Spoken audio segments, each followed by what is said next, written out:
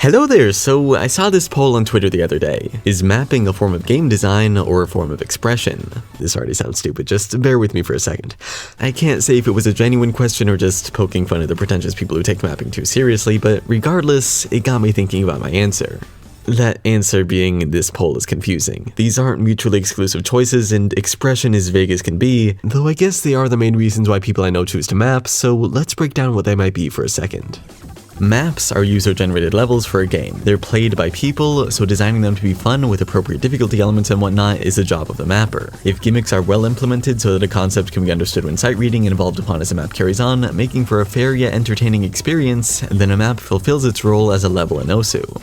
Maps in rhythm games are different from those in games of other genres though. Instead of content being built from scratch, as you'd see in Mario Maker or something, maps in Osu are always derivative of the songs backing them. Not every map can strictly follow game design principles because a song dictates the direction of a map. This is where the vague expression bit may come into play. You ever see those huge map sets with tons of guest difficulties? Those are a way for each mapper's personal interpretations of a song to be showcased. Not every mapper focuses on the same parts of the music, and if they do, they're never handled in the same way, so each difficulty is its own distinct creation. Most importantly though, it's about enjoying music you like in an alternative way, through mapping. All that is what I think this expression category refers to. Probably more though, this is really vague. While there are elements of both standard level design and ambiguous personal expression in all maps, if I had to choose one of these options, I'd say my maps have gradually shifted closer to the game design side more and more since I've started mapping. No mindset is better or worse per se. I like all my recent maps way more than my old ones, and I'm sure no matter what viewpoint I developed, that would hold true. After giving it some thought and creating a recent map of mine, however, I've come to realize that maybe sticking so closely to this game design aspect of mapping has partially tarnished what originally made mapping fun back when I first got into Osu. The easiest way to understand what I mean is by analyzing why I've chosen the songs I've mapped over the years. Both of these perspectives are closely tied to certain aspects of music after all, and changes in my song selection have clearly shown that relationship.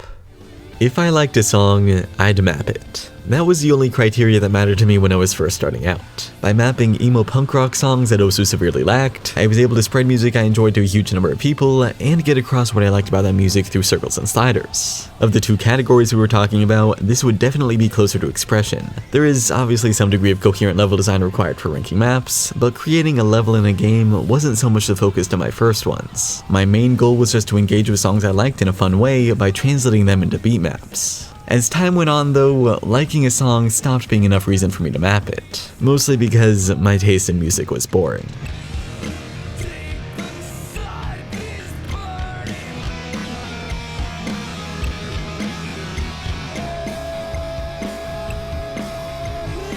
Almost every song I mapped years and years ago had this simple drum beat. At first it wasn't a problem, every rhythm is new to someone who's new to mapping after all, but after experiencing the same rhythm in different songs over and over again, I was sick of it. I'd practically turn mapping this kind of rhythm into a science. Musically, this supports repeated half-beat sliders because each white tick has a strong sound and each red tick is a bit weaker. Copying that repeatedly would be boring though, so I included some basic variety. The first measure would start with a full beat slider instead to make the major downbeat feel more important, which would be followed by a lowly spaced circle for filler rhythm. The next measure would include some amount of variation with circles in place of half-beat sliders with spacing that emphasized white ticks, and the measures after that would repeat those same concepts. This was the best way I found to map this rhythm without it being completely stale, and tons of other mappers seemed to follow the same logic. Anyway, my maps felt boring because each song I liked was fundamentally the same. At the time, I was too inexperienced to understand complex design concepts, so instead of varying my mapping, I took a different path. I tried choosing songs with more complex or variable rhythm, thinking it would make my maps both more fun to play and more engaging to create. This began at a pretty basic level. I chose songs with occasional emphasis on red ticks because that alone offered way more patterns than that repetitive white tick prioritization. For example, these out-of-place snare drums are what I think make this map fun to play. They're unexpected and therefore interesting. This lost its appeal pretty quick though. I moved on to faster songs next that pretty much necessitated alternating. Songs like these were still pretty basic rhythm-wise, all half-beat emphasis, but their speed set them apart. They were fun to play because of just how much was going on at a time, and they were fun to map because they required different mapping techniques from what I commonly used on lower BPM maps. The unfortunate part was that most music I liked wasn't this fast. Only Rise Against and Streetlight Manifesto could really satisfy this itch. I kinda grew tired of half beat rhythms altogether as time dragged on, so I eventually sought after songs full of varying fourth beat rhythms, songs that could potentially be mapped with triples, bursts, and streams.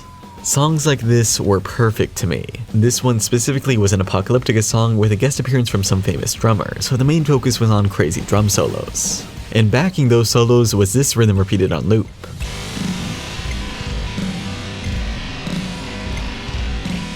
It's similar to that white tick rhythm, but way more fun because it was literally twice as fast. I found quite a few other cool percussion-focused songs from Apocalyptica 2, which made for highly engrossing maps, but my song choice was getting pretty limited. My preferred genre lacked the type of rhythm I felt would make for engaging maps, so I was heavily weighting a rare song's rhythmic opportunities over how much I actually enjoyed listening to it. This gradual progression showed I was focusing a lot more on the game design aspect of mapping. Rather than having fun with a song I liked, I tried to make something fun to play by relying on parts of music that make maps naturally more appealing. Even with all that said, making a level in a game wasn't my main goal while mapping at this time. I was still choosing songs I liked to some degree, and they were all mapped without any specific intent other than follow the music. By completely flipping my song choice and map design preferences, however, I lost touch with the vague expression concept that was my original reason to map. Nowadays, I choose songs to map entirely from impulsive decisions. I'll be scrolling through my Osu songs library and think, oh, this part of a song gives me an idea for a map. Then I'll open it and give it a try. Sometimes it works and sometimes it doesn't. For example, I heard the preview point of this map and thought it deserved a map with super high slider velocity. I tried it sucked, so I never finished it. The preview point of this map, however, made me think of this sort of pentagon flowery thing. Seemed pretty cool, so I designed the rest of the map with some simple pentagon patterns as well. This is a map I did finish. So that being, the song is no longer my main focus when choosing what to map. I've essentially got no connection to any of them until I open the editor. I instead try to map based on preconceived mapping ideas, introducing them early on and evolving them as the song progresses. For the case of mapping, this is probably as close to a game design mindset as you can get. A song is just the basis around which to build a level idea, housing a product that I personally consider more interesting than any of my older, homogenized maps. That isn't to say this is a better or worse way to map, it's just a different kind of fun from what originally brought me into mapping, that vague expression stuff. Okay then, so why does knowing how I choose songs to map matter? Why am I bringing up all this background information? First, it might help some people narrow down what to map if they're bored, but there's more to it than that. I hadn't given this much thought recently until after going through the daily ritual of every Osu player, watching anime. Made in Abyss specifically, the anime where the kids go down the hole. Like a lot of its fans, the show's premise and environment had me absorbed through its whole run, and afterwards, I was disappointed that I couldn't find anything of comparable interest. I caved in and read the source material afterwards while listening to the show's soundtrack, which satiated me for a short time thanks to expansions on its compelling world, but after that I was stuck, once again, as expected. Because the show occupied my mind more than any other piece of media in recent time, I couldn't help but engage with it through the game I played the most, resulting in the map you're looking at now. The song I chose is one of the more noteworthy emotional background tracks, and I mapped it using a similar theme to the show, Going Down in Abyss. Each combo starts near the top and heads down in a somewhat symmetrical form similar to the show's highly memorable world map. Then, when the song gets oddly ominous at the end, I've got objects rising from the bottom.